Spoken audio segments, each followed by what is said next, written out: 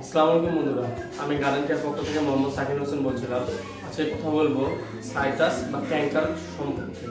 Citrus বা ক্যাঙ্কার মূলত আসলে কী, আর এই বিষয়ে আমাদের কি করা উচিত এবং কী করণীয়। সাইটাস বা ক্যাঙ্কার হচ্ছে মূলত একটি রোগ, একটি ব্যাকটেরিয়া জাতীয় রোগ।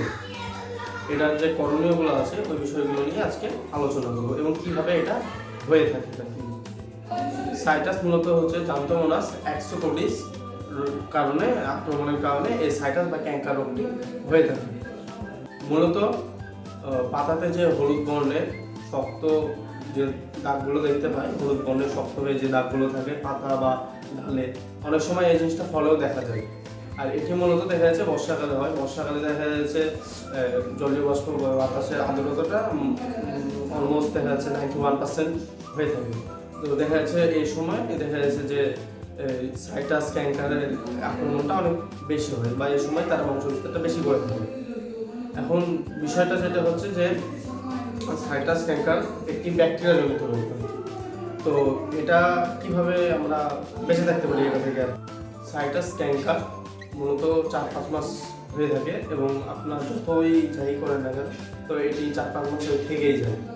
আর এটি থেকে বাঁচতে হলে বর্তমানে যেটা করতে হবে, বাঁচার আগে আমি বলতে চাইবো যে এটা একবার হয়ে যাওয়ার পরে এটা থেকে বাঁচাটা আসলে খুবই কষ্টকর, অথবা দেখা যাচ্ছে অনেক ক্ষতি হতে পারে আর কি এই জিনিসটা নিয়ে।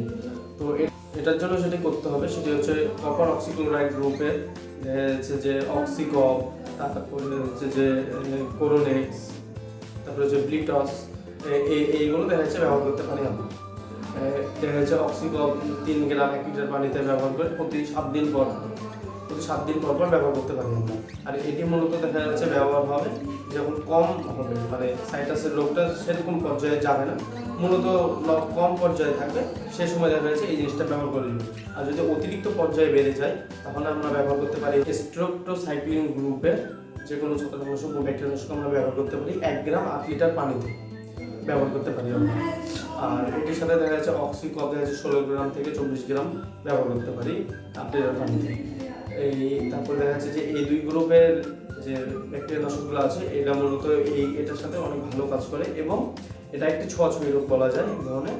সেটার জন্য আমাদেরকে করতে হবে যেটা, যে আমরা যে ডালটা কেটে নেবো বা পাতাগুলো যেগুলো আছে ওগুলো যেন আমাদের আশেপাশে পাতার গোড়াতে আশেপাশে যেন না পড়ে থাকে বা অন্য গাছের কাছে না থাকে, তাহলে ওখান থেকে তারা বংশ বিস্তার করবে। আর এটি মূলত দেখা যাচ্ছে মালটা, কমলা, লেবু গাছে বেশি দেখা যায় এই বর্ষাকালের সময়। তো একটা কথা আছে যে আমাদেরকে বলা উচিত যে এই রোগ একবার হয়ে গেলে দেখা যাচ্ছে এটি থেকে বিরত থাকা অনেক কষ্টকর। আর এটি হচ্ছে অনেক বিপদ পর্যায়ের আর কি, এটিতে দেখাশোনাটা বেশি করবে। তো তার থেকে ভালো আমাদের যে করণীয় এটা আমাদেরকে করতে হবে গাছে এই রোগটা আসার আগে, মানে বর্ষাকালে আগে। বর্ষাকাল মূলত আমরা জানি যে জুন, জুলাই, আগস্ট হয়ে থাকে। তো এর আগে থেকে এই রোগের জন্য আমাদেরকে সতর্কতা হতে হবে এবং অবলম্বন করতে হবে, এই সব জিনিসগুলো এড়িয়ে চলতে হবে আর কি। তো এভাবে চললে পরে দেখা যাচ্ছে যে আমাদের গাছগুলো এই সাইটাস বা ক্যাঙ্কার থেকে অনেকটা সুরক্ষিত থাকবে।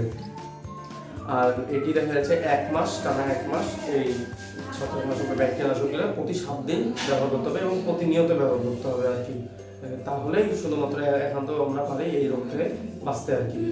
আর এটি দেখা যাচ্ছে পাতা বা কাণ্ড যেখানে থাকুক না সেখান থেকে কিন্তু অন্য জায়গায় ছড়িয়ে পড়ে। এই জন্য সবসময় আমাদেরকে এই গোড়াগুলো বা পাতার আশেপাশের সাইডগুলো এই জিনিসগুলো এড়িয়ে চলতে হবে এবং ফেলে দিতে হবে। এটা বাগানের মধ্যে রাখা যাবে না, কেটে রেখেছে একদম বাইরে ফেলে দিতে হবে।